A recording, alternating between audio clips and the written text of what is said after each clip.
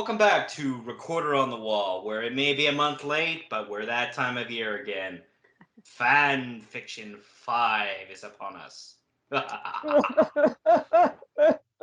then him crying over in the corner is Matthias. Hi, Matthias.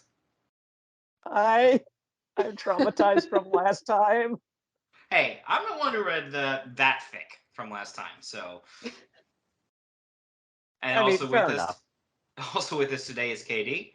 Yes, and I'm giggling maniacally because I did miss the last one. So yeah, I was delighting in your trauma. Not really. Oh, wow. Okay. And with us for the first time from one of our sibling podcasts, we have Jordan from Redwall. Hello. Thank you so much for having me.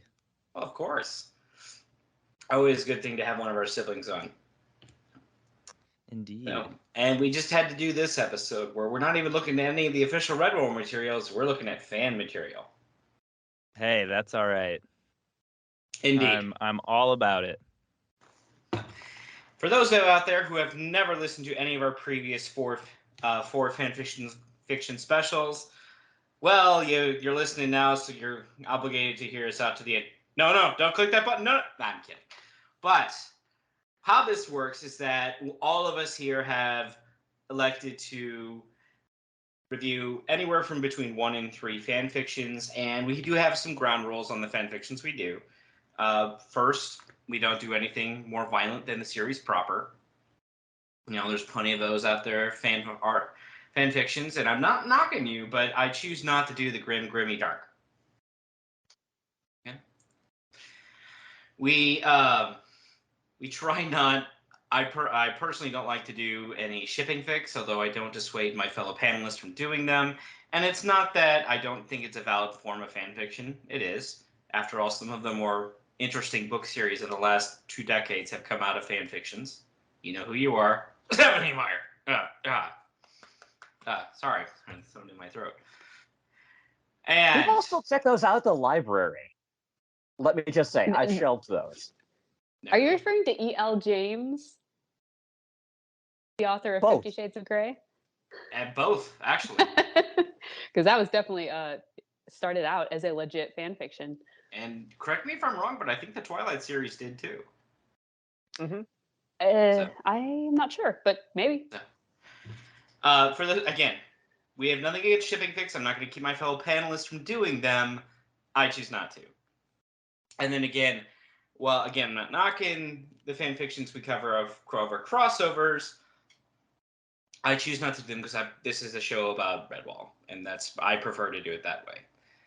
And as always, if you've ever listened to our previous fanfiction episodes, let me reiterate, if we cover you, we're not trying to make fun of you. We are celebrating the fandom as it is and your contribution to it.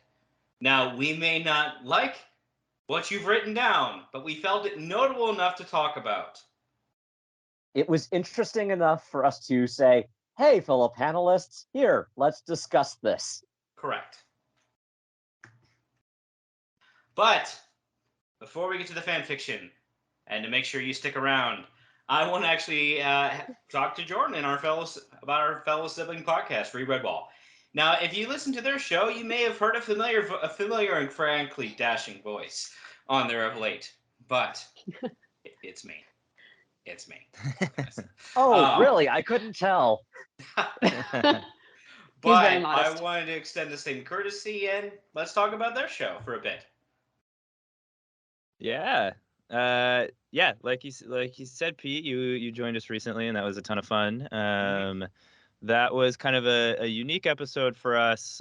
We kind of try to do an episode with a guest every 4 or 5 episodes, which we call feast episodes, where we just kind of talk about the series in general. But then we also, our sort of core format is that we are a reread podcast, similar to y'all. Our tagline is that we remember, reread, and rethink the book series. And so we're kind of coming at it. My co-host and I, Derek, these books meant a lot to us as kids, and we did not have any sort of involvement or relationship with them for about 20 years. And our sort of then as part of this podcast, going back to them. And so we first and foremost talk about the books, but by nature of our sort of tagline, we find ourselves talking about things like nostalgia and what it is to revisit something that was foundational to you as a kid years later when you are no longer a kid, and all sorts of that. So that's kind of our deal. And yeah. And I've noticed you have a similar breakout schedule than we do, where you do one episode towards each individual book's subdivisions. So Yep.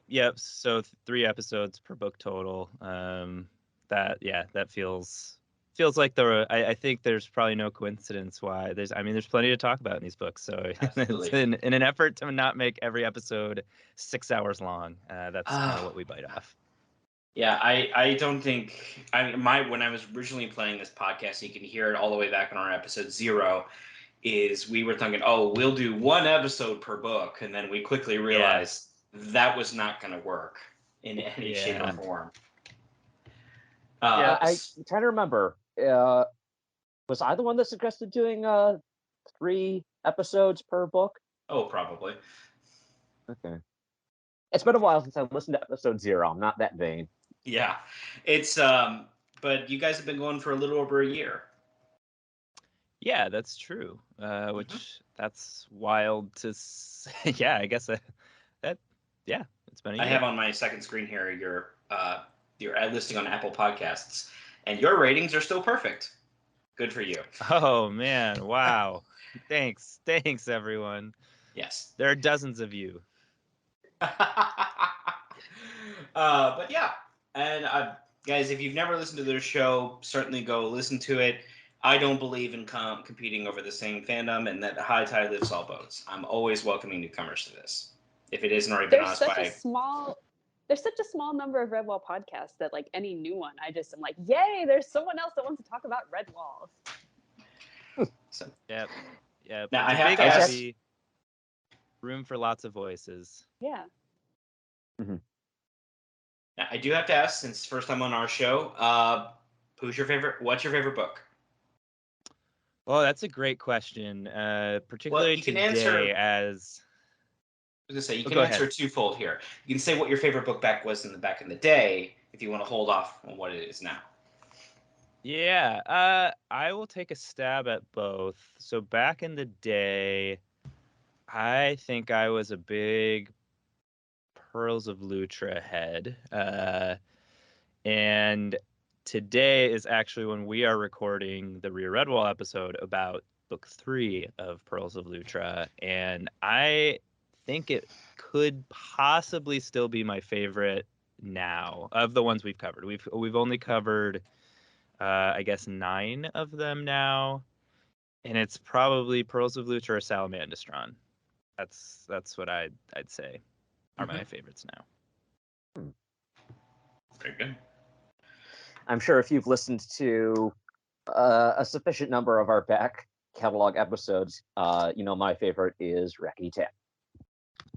I did not know that, and that makes me it's fun when people's favorites are some of the later ones, and that one I haven't read ever. I had stopped reading at a certain point, so far we're still in the territory of what's a reread for me, but pretty quickly we'll get to stuff that's reading for the first time, and Rackety Tam is one that I'm very excited to get to. If I could just kind of go on a tangent, I've talked about this on the show previously, but I mentally split the series into 3 categories, 3 ages. You have like the beginning of the series where Brian's trying to like figure out what his writing style is for these books. So you can tell that there's like some inconsistencies or a little rough around the edges. Then you have the center of his publishing history, and those tend to be very well rounded. There's a lot of more unique features, but then there's a lot of stuff that is establishing his formula and it's coming into its own. And the later books in the series are more formulaic, but even though they are, he still has some deviations from that, and he's bringing in unique elements. So while stylistically it still feels like a Brian Jakes book, it also feels a little bit more. Correct me if I'm wrong, Pete and Katie, but it feels a little bit more processed. Like he's gone through it more. Well, as we've said before, some of the best writers out there, like even the most immortal of them in our collective literature history, were formula writers. Once they knew what worked, they did it again and again and again. Right, Shakespeare? So, and I grew up a Shakespeare nerd, and I'll be the first to admit some of his stories tend to repeat. Nice. So Matthias, where would you draw the line between the first two eras? Would that like beginning? Would it be like Mariel? That's kind of that middle, the beginning of the middle, or later than that? Let me just grab one of the books off my shelf here. Let me look at publishing order because I personally prefer reading through the series in chronological order, but that's just my taste. Gotcha. I know not everybody shares that. Sure. Let's see if I can find. I've done it several different ways because nerd. Matthias, I just dropped into the chat the publication order. Oh, thank you. That saves me a little A bit of link to it time. anyway. I think you'd mentioned that maybe the third phase begins with Triss because it was after Tagarung that you said that, like, that's where I don't want to spoil anything. But I mean, Yeah, it's minor bit, but after Triss or after Tagarung, there's no more combined continuity between books. yeah, you don't have Yeah, any of the so same characters. I would agree there. And then looking here, I would say probably, I'll say after Bellmaker.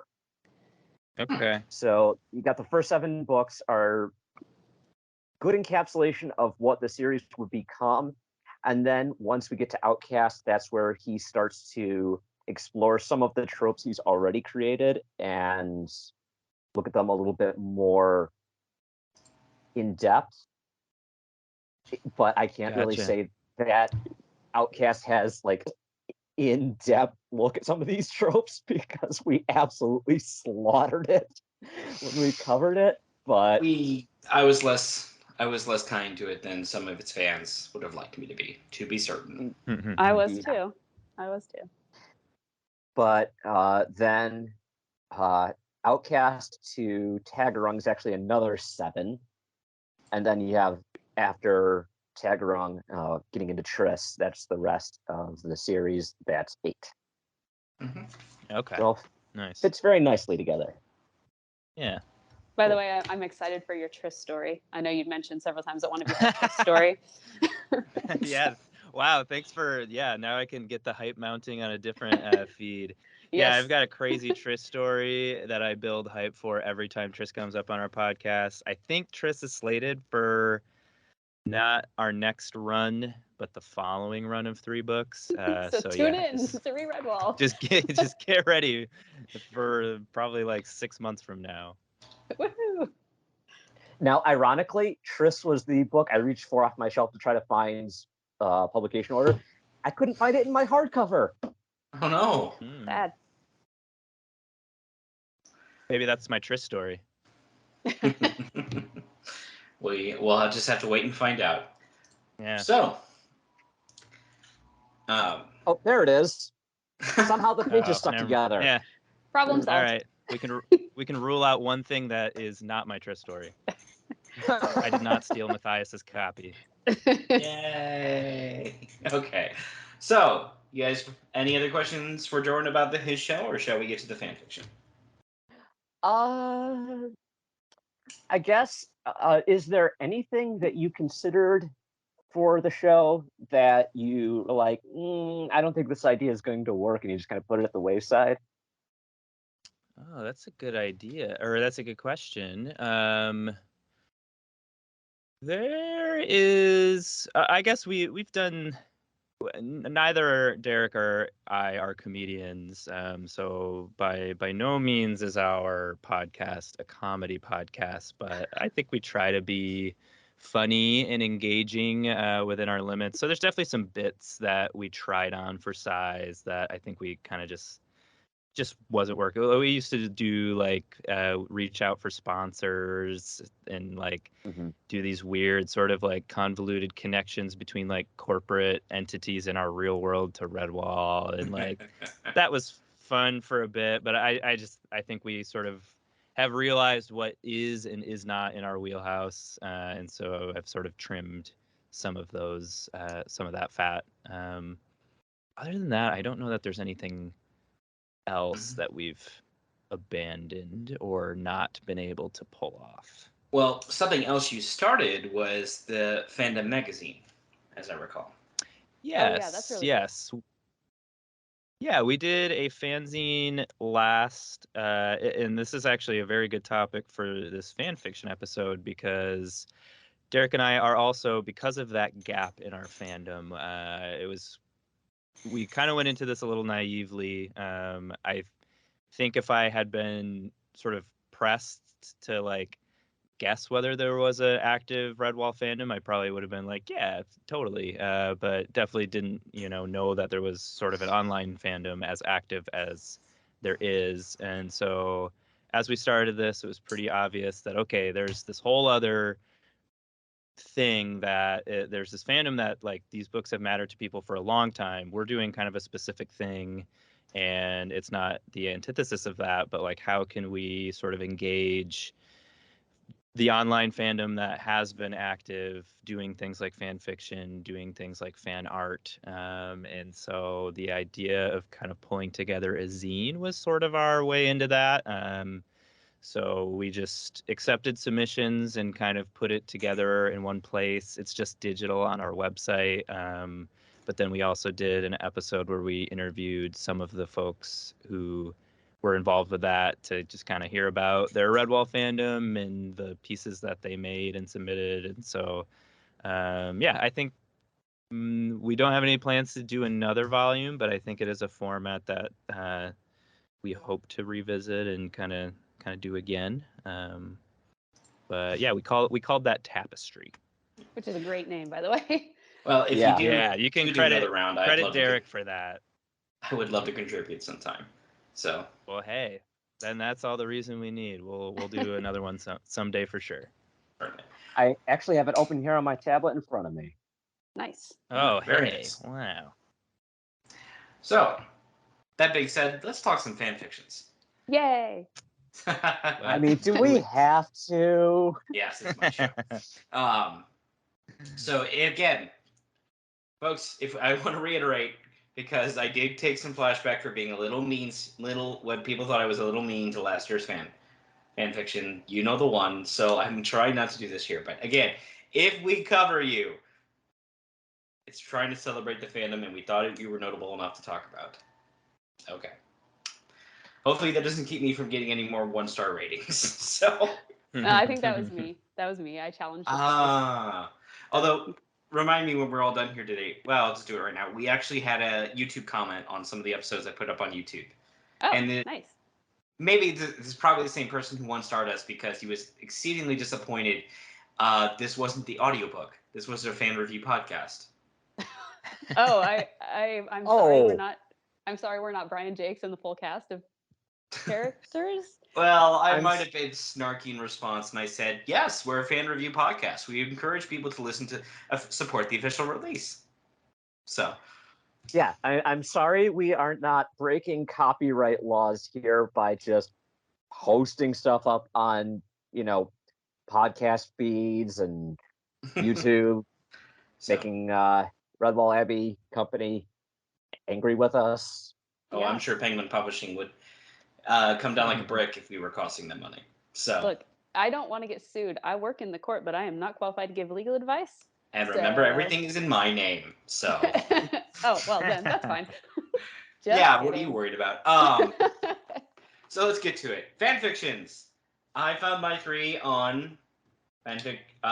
2 of them on fanfiction.net. 1 of them on the Redwall forums. We'll start with me, and then we'll go from here. Go to Matthias, then KD, then Jordan, and repeat as necessary. Not all of us have. Some of us have 1. Some of us have more than 1. So. Some of us are slackers, he's saying. I did not say that. Don't I put know. words in my mouth. I'm just making fun of myself. and my So slackerdom. The first fan fiction I covered, and again, if I slaughter your author name, I'm sorry, but is quote a different Tagarong. Is the title. Our author is Wolfpack Forever 32. Cool. Okay. So, set during Tagarong, this particular fit explores what we had touched on during our original review. What if Tag had taken to his nurture over nature?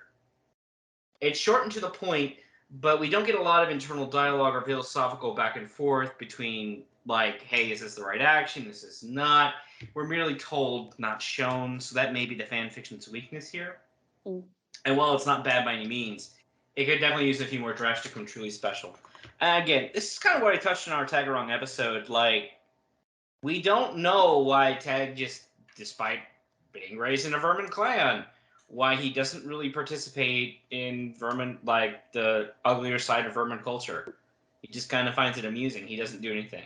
And then when forced to, this is where he breaks from his dad, adopted father. And here, he's not only Sonny Rasp's, adopted son, he's his favorite son. Right? Crap, what was the guy's name? Which one, Grooven? Yeah, right, Grooven? So. Well, Grooven technically wasn't his son, but, Right. So, yeah. Personally, I thought, it needs a little more polish, but there's an interesting concept here. And as I've said in previous episodes, I love the flip narrative where we see things from the other side. So, Wolfpack 30 Forever 32, if you're listening, get back to writing. I look forward to what you come up with. Sweet. Cool.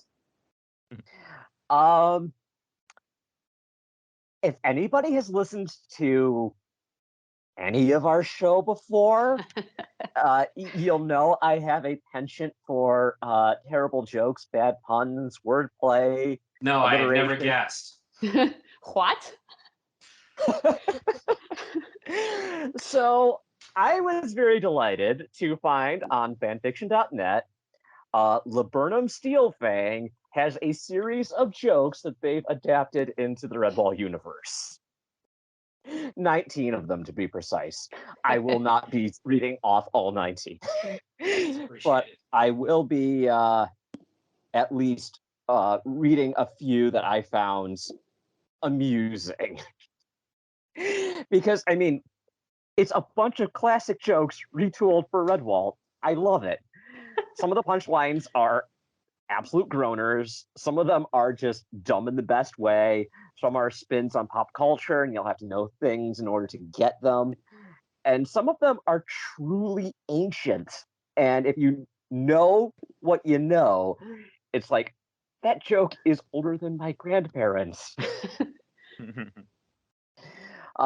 So it's not traditional fan fiction, but it manages to do one thing very well, and that's make me laugh. And with 19 jokes, there's bound to be at least one or two that make you giggle.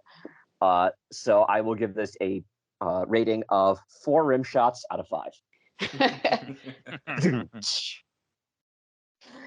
So Vilu Dasker is feeling a particularly sadistic mood.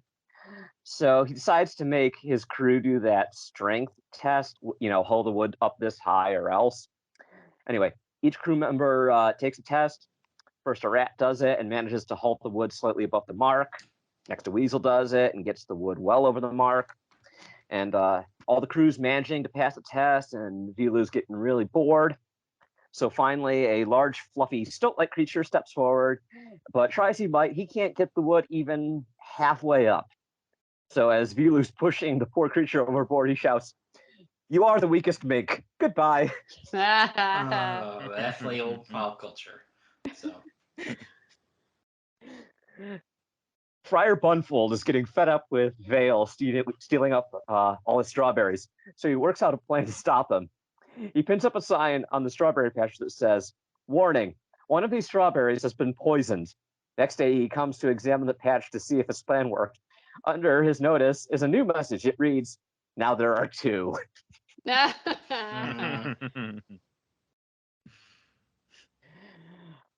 Okay, one more. A sea rat is on shore leave and is hanging around a tavern. He starts to get bored, so he goes up to a nearby weasel and tries to talk to her. She tells him to get lost, and she's trying to enjoy her drink in peace. The rat says, I'll tell you what, let's play a game. I'll ask you a question, and if you don't know the answer, you give me a piece of your jewelry. Then you ask me a question. If I don't know the answer, I'll give you a piece of mine. The weasel says no, so he carries on. All right, I'll raise the stakes. If I get a question wrong, you can have my sword instead. The weasel finally agrees. So the rat asks the first question. How many teeth does a shark have? The weasel doesn't know the answer, so she gives him one of her earrings and he takes her turn. What goes up a hill with 3 legs and comes down with 4 legs? The rat is completely mystified. He sits puzzling for a very long time, but can't come up with anything. Finally, he gives up and reluctantly gives his sword to the weasel. She smirks, finishes her grog, and heads towards the door. Frustrated rat calls out after her, well, what is the answer? Without a word, she turns, takes off her other earring, throws it at him, and walks out the door. Also, given vermiculture, she's lucky. That rat is lucky that she just didn't murder him on the spot. Because I gotta tell you, when I'm in a coffee shop or bar and I just want to have myself some peace, yeah. Yeah, no, I was gonna say, no, he didn't respect the no. He deserves that. All right, sounds like fun. So, Katie, I believe you're next. Yes, I am. I just had my obnoxious bird clock going off, so I muted myself so you wouldn't have to hear all of it. Anyway, it's done now. It'll go off at 7 again. But so I was looking for the silliest fic I could find because work has been a little hard. You know, sometimes in the court it gets that way. So yeah, I just figured I had an idea for a fanfic I wanted to write. That didn't happen. I ran out of time, but I will save it in my heart for next year. But anyway, I found it's called Dark Forest Humor by Brent. That's just the name Brent. So thank you for having an easy to pronounce name, Brent. But it is basically Martin and Gump hanging around playing a game. And Martin is supposed to be delivering a message to Redwall, but he kind of gets distracted by all these things, including Goody and Ben Stickle going up to Gomp and saying, we just have to tell you, we're not your real parents. I hope you won't be disappointed. And he's like, well, I mean, you're hedgehogs and I'm a mouse, so that kind of makes sense. And it's just completely silly, completely dumb, and completely fun. I loved it. And at the end of it, Jakes is like, what have you done to my wonderful story? And then he gets chased off by all his characters because he doesn't respect the fan fiction. I don't actually know if Mr. Jakes respected the fan fiction or not. I don't even know if he knew of the concept of fan fiction. And I only say that because he himself admitted that he's a little bit of a, old-fashioned type person. So I don't know, but it was just really funny and it made me laugh. And I needed to laugh. So I decided to put it in our fan fiction episode. Now, Jordan, I believe you had a fan fiction that was in your fanzine. Yeah. Yep. I decided not to look too much further than our fanzine because there's some great stuff in there. So wanted to highlight one of those. It is called Return to St. Ninians, and the author is Sarah Hartline, who is on line under the handle Lost Mousemaid. Perhaps you've seen her on Instagram. She runs a great meme page. I believe she's on Twitter, and I believe she's on Tumblr as well. But she wrote this story, which is kind of a missing scene from Madame Mayo. It covers their return from Malcaris, or a section of their return from Malcaris back to Redwall, and is pretty reflective. And we talked to her a little bit about this piece, and she kind of wrote it because that's her favorite book, but there is some kind of notable, maybe emotional gaps in that book. There isn't really a huge reconciliation between Matthias and Madame Mayo for the whole book being about this father trying to get their son. They just kind of, find each other and exit stage right. And then there's also a considerable amount of trauma that these kids have gone through that sort of just also exits stage right, or any sort of reflection on that. Definitely and agree so with that. yeah, so this story is kind of just a nice little passage. They're kind of going back along the path, and they get to St. Ninian's, and Matthias has the idea that, hey, there's this sort of domicile, there's this shelter. We'll set up camp here. It's too far to get to Redwall, but Mattimeo does not want to, because that's where Slagar enchained him and his friends. So it's sort of this kind of like trigger for him, and Matthias kind of reads that, and they discuss it, and also sort of uncover kind of that Matthias also feels fear, and it's okay to be afraid of things. And Matthias shares this passage that when they sort of had a ceremony for the bell, the new bell, he didn't want to go because it was hard for him to go back to the bell tower after his fight with Clooney. So it's kind of this nice, sort of introspective piece where those kinds of emotional gaps get filled in. And I think something that I like about it too is, so fan fiction, I don't read it a ton, but I think, there's some people who take the approach of, I want to write something that feels like it could be written by Brian Jakes. They want sort of this like very kind of consistent sort of imitative kind of spirit. And then there are many that are creative and take the universe, take authorship and sort of push into something new. And I think that's kind of what Sarah does here. It doesn't read like, it doesn't feel like I'm reading Mattimeo, but it feels like, hey, this is something that hit her in a way that it hit me as well. And so she's sort of creating her own story and creating her own kind of version of this universe, originally created by Brian, but sort of adapted and amended by fans. And so, yeah, I really appreciate her doing that. Yeah, I think missing moment stuff is one of my favorite type of fan fiction, just because it's like, it's not necessarily not canon, but it's just not something that was addressed. And so I really like, and any fandom that I'm involved in, I really love those extra scenes or those things that could have happened but just weren't in the original story. For sure. I covered one, 2 fan fictions ago, 3. I'm trying to remember. That was along those lines, for something that, spoilers, happens in Tagarung. And it was a really good continuation of a particular character's storyline, and to get them through a moment of growth that would have just, it was hopped over in the epilogue. So it built upon what was already there, but it was also short enough that the catharsis you felt wasn't taken off track by, it's like, hey, this isn't Brian. It was both the right length and the right emotional beats. It was just perfect. That's great. Awesome. All right, let's go to my second one. And this is probably like the most deep and best of the 3 I read. Not that I'm knocking the other 2. We'll see why. So I read Martin Green Eyes by, and this is internet name, so I have no idea how they would want it pronounced, but here we go.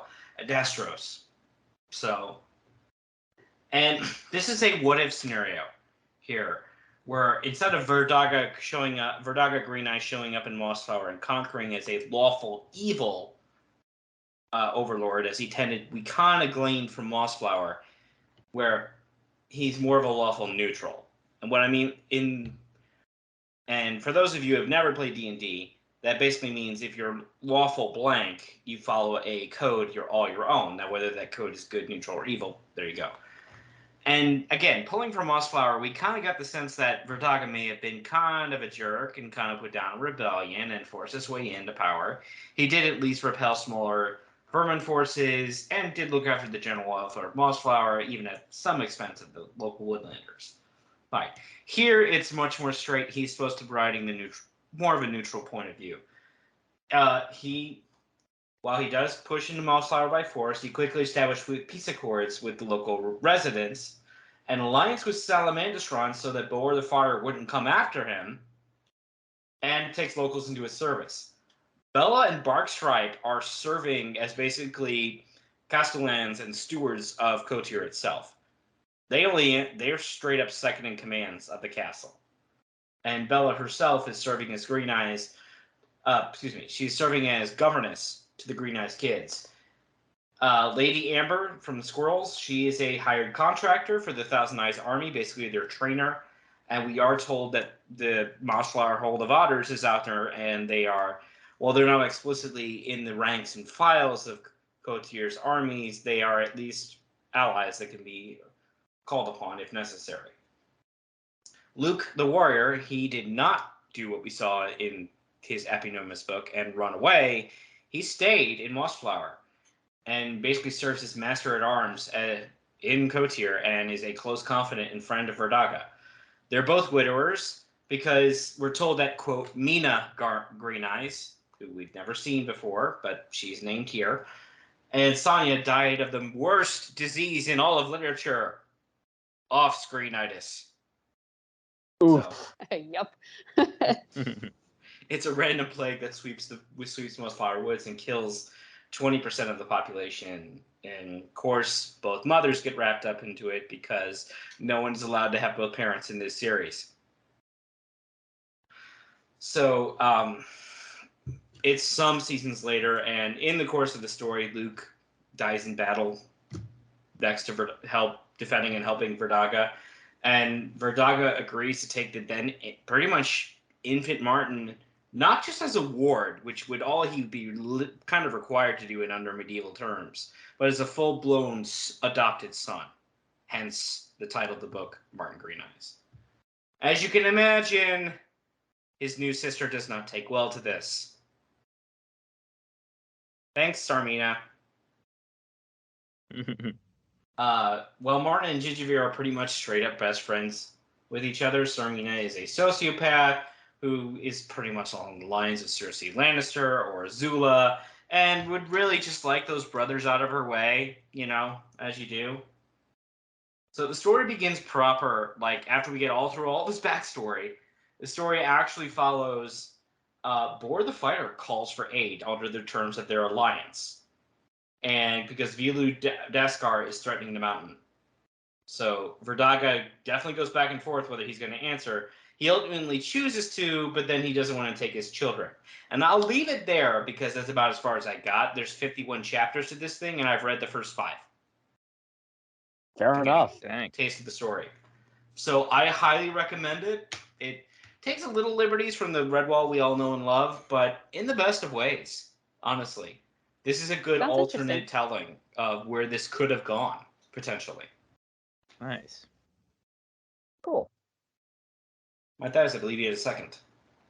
Yes, I do. Redwall theatrical trailers by Warrior Made 3000. In a world where... Oh, literally. I mean, that's how I started in my notes. In a world, or at least that's how movie trailers think you should start to tell a story. What we have here is a collection of 12 written descriptions for Redwall movie trailers. Now, keep in mind that this was written back in the early 2000s, so there's not going to be a ton here. There's only going to be up through a certain number of the books that were published then, plus all of the cliches that were in effect back then. So if we have any younger listeners, these will not read like any movie trailer you've probably seen. Go look some up on YouTube. But for those of us who grew up in the 90s and early 2000s, this feels familiar. Really the only thing missing here is like the dramatic music that compels you to keep watching no matter how cheesy the preview is. But as I was reading, I was able to put myself very easily into that headspace of where my brain was filling in every movie trailer cliche you can imagine, including the unnecessary flickering cuts between action scenes and dramatic scenes, and this is intense. You want to watch this. I do miss though not having Don LaFontaine's over-the-top narration, including the iconic "in a world," because that feels like a missed opportunity that was not included. Overall, though, I quite enjoyed reading through these, both ironically and unironically. It was good on both levels. So I rate these 4 Dibbins asking, when is the real movie going to start, out of 5. Nice. Oh, that sounds awesome. They didn't read like 2010's trailers, so you didn't have like a slowed down dramatic Nirvana cover as the score. No, unfortunately. The most recent one, Marl Fox, was 2004. So Nice. take that as you will, but yeah, there's definitely a bit of a time capsule effect here, but in the best way possible. It's like going back on the Internet Archive and looking at somebody's old GeoCities page. Good times. Or watching old episodes of Lamb Chop on YouTube, which I did do a couple days ago. Okay, now you got the song that doesn't end stuck in my head. Thank you very much. You're welcome. All right. Well, let me go into my third, unless I overskipping anybody here. No? Okay. Nope. I'm going to come to my I'm a third, slacker. which is a lot simpler than the last one I mentioned. And that is how to be a... This one came from the Redwall forums. So this is How to Be a Seer by Tira Wildlaw. And this kind of goes into what we've mentioned on our show in passing. Like, some of these seers are clearly charlatans who just know how to read people. And some of these seers might actually have magic powers. This case is a grandmother fox teaching her granddaughter the former, where, oh, we're totally charlatans and you've just got to ask the right questions. And know how to read the evil bad guy of evil so he doesn't murder you. But it's silly, it's fun, it's enjoyable. If you need a quick break, yeah, this is a good one to look at. That's awesome. Okay. So those are our fan fictions for the season, folks. Now, before we go, though, here's our correspondent Braden with the ones he covered. Hello, everyone. Braden here. Well, first of all, I think I should start with addressing these Redwall jokes of Matthias's. They're dumb. That doesn't mean I don't like them, but oh my god. I didn't know we could go this far down the rabbit hole, as it were. I am still a proponent of this kind of humor, so I'm glad you brought these. I'm not over them quite yet. They're incredible. So my selections, or my main selection, plus a couple other thoughts here for fan fiction, were I didn't know where to start exactly. This is my first fan fiction podcast, so I wasn't sure, if there are criteria or what I should be looking at, and I ended up going down a very strange path. The first one I found here on fan fiction is it's called Dark Forces. It's totally incomplete, but just the idea was so bonkers that it really grabbed me. It was the intro to an invasion story of it's Predator set in Mossflower or Salamansteron. Now that's my kind of fan fiction I have discovered. I find it incredibly amusing. I mean, I'm a huge fan of Predator anyway, so yeah, start adding it to things, and man, I could only, the possibilities are endless. Now I want, Lord Brocktree, board the fighter, some sort of, Badger Lord against against Predator, or Alien vs Predator on this planet, or on the Salamandstron plane, out down in Mossflower or something like that. So that set me on the path to finding. Here I found Return to the Ridge. It is by Killy S. And the description is: a modern tale of Redwall. When a body is uncovered at a construction site, it causes quite a stir in Mossflower. So, this is one that's another kind of, a left turn in the Redwall fan fiction. It's a very modern take on Redwall and Mossflower. I have mixed feelings about it, because I like the idea. I like the kind of off the wall stuff here. So this is 21st century Mossflower. The main characters are on a plane in their first scene. There's a construction site where they find an old Long Patrol hare's body, so they have to shut everything down. This is modern rules of zoning and archaeological digs and all that stuff, and it's not a bad idea. However, the writing gets bogged down a little bit. I think it takes a lot of refining for this kind of idea to work, because the juxtaposition and the mixing of the concepts of Redwall versus the modern world are kind of hard to put together, and you got to pick a lane for a lot of things. Like, a lot of the names are kind of that Redwall nonsense. Why don't I have a good example right here now? But most of them are weird modern versions. Plenty of them. One of the characters named Bob. Oh yeah, here we go. Bulfy right here. That's a great name for Redwall.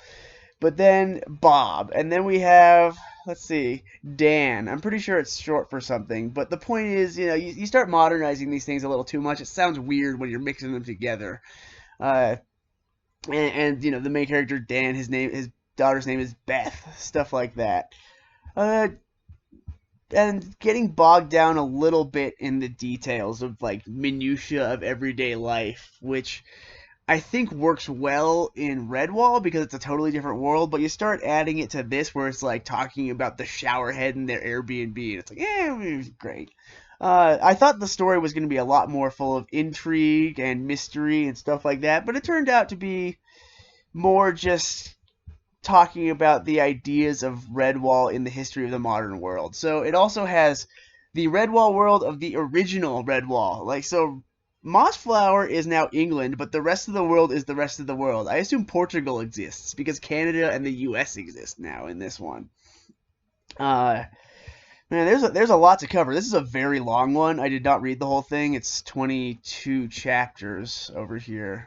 But so I thought it was going to be, they start off, finding a body at this construction site, and it's a whole CSI mystery, and which I thought was kind of neat to begin with. But instead it turns out to be the archaeological dig, and they find more bodies, and it's discussing the history of the area and using it to prop up the modern world of Mossflower, where they have cars and they drink coffee from styrofoam cups, and one of the ferrets has gotten a divorce, stuff like that, which was not really a thing in old Redwall. So adding the external, cultural factors kind of took away from some of the charm we have here. However, I do like the idea that as we've moved out of the modern conquest or context, or the medieval context of Redwall, they so has society. Like, the co-workers are squirrels and hedgehogs and shrews and ferrets. So they get along. We're past the warring society, and now, of course, because we are in a modern context, we have the Olympics, and some of it did feel, somewhat English. At least they got that part right. The symbolism that they love. Martin the Warrior is now this very ancient symbol, and he's very well loved and respected all through the Mossflower land, as it were. So yeah, overall, it started to grow on me just because I think the author started to get into a groove a little bit as the chapters went. First, it was just kind of throwing things at the wall, seeing what sticks, and being like, here's Redwall in a cool, different context, and here we have people from, or animals from different countries now that we've decided are a thing, and, kind of shaping the world in his or her or their own image. And so I at first went in going like, God, this is going to be long and terrible, but I think just because of the fact that we started figuring out where this is going a little bit more, it got better. And like I said, it grew on me. The writing, it's got some issues, of course. It's fan fiction. It's got grammatical stuff. It's got that thing where it says I defiantly was there as opposed to definitely, which is always my favorite little typo in anything. So yeah, it could use probably a second draft, but I think that's most fan fiction. I will be on the artist side for most of these sorts of things. I find myself knee-jerk being very critical, but, these people have a lot more guts than I do writing this sort of stuff, and, I always wish I had at least the willingness to put it on paper. It reminds me of the kind of stuff I thought of when I was a kid, of, take the ideas here, the stories and all that in Redwall, and make it my own, which is, that's always fun to do. So, yeah. Return to the Ridge. It's not going to be a long read in the grand scheme of things for anybody if you ever want to get into it. It's, I'll be honest, I probably could have read the entire thing in the amount of time we had to put this whole thing together. I'm just, I'm lazy sometimes, and I get busy. But yeah, I appreciated its existence, just because, like I said, I like going into the weird places of this. I really want to try to find more of the bizarre. Maybe next time I'm going to write my own Predator in Mossflower, because, God, that was the best idea I've seen in a long time. So yeah. Once again, of course, mixed feelings. It could be better, could be worse. I ran into a whole lot of really, really bad stuff. So this is probably somewhere in the middle. I wanted something that was long enough to have, so I could really sink my teeth into it and feel like, there was a real story to get here, and there really is. So yeah, I really feel like this one, it's a little more of the journey instead of the destination, just because, like I said, it starts getting into the details of the history and where we're going with all this. But yeah, so that's my pick. Return to the Ridge, Killy S. It's on fanfiction.net. Was finished in 2011, so it's definitely a little older now. Yeah, so. Thanks, Braden. I really appreciate that. So, before we go, before I talk about where you can find us, Jordan, where can they find your podcast? Yeah, if folks want to find us, they can do so at, I believe, any podcast dispensary. We should be there. Redwall. And if they want to do the social media thing, we're on Instagram and Twitter at ReRedwallPod, and we also have a website, reredwallpod.com, and a email account, reredwallpod@gmail.com. So that's where you can see scheduled. Our website is where you can see schedule and stuff, and then that's also where the Tapestry fanzine that I took my piece from lives. It's got its own sort of section. Yeah. Okay. And you can find us at recorderonthewall.com. Our primary social media is our Twitter at ROTWPOD. You can reach us by email at rotwpod@gmail.com. We're semi-active on the Redwall forums and Reddit subreddit Eulalia. And I forget anything? We're available on all the major available on Apple podcast places. Apple Podcasts, Google Play Podcasts, Spotify, and all the other smaller content aggregators who love to grab my RSS feed. And we do have a new review, a text review. Is it a good one or a bad one? It is, thankfully. Yeah. Okay, good. Oh, phew. We got 5 stars out of this, and the reviewer is, and again, if I slaughtered this, I'm sorry, SRN. And, quote, a good step back into Redwall. I have noticed stuff that I have not noticed before, but the only problem is with the app itself. But it's the best podcast I've ever played. Only because they haven't listened to Redwall, I'm sure. So. Stop it. So, but yep, thank you for the review. We certainly appreciate that. Hooray! We're back on the way to being perfect. Yes. Yay. Okay, folks, as always, I'm your Papa Avid Pete. I'm Matthias. I'm Katie. And thank you, Jordan, for joining us. Absolutely. Thanks so much for having me. This was a blast. Okay. All right, folks, we'll see you next time. I believe it's time to get back to the books. And what's next? Stable Queen. Indeed. Yay. We'll start by doing Stable Queen. And after that, we'll see what comes. So, folks, till next time, have a good afternoon. Bye.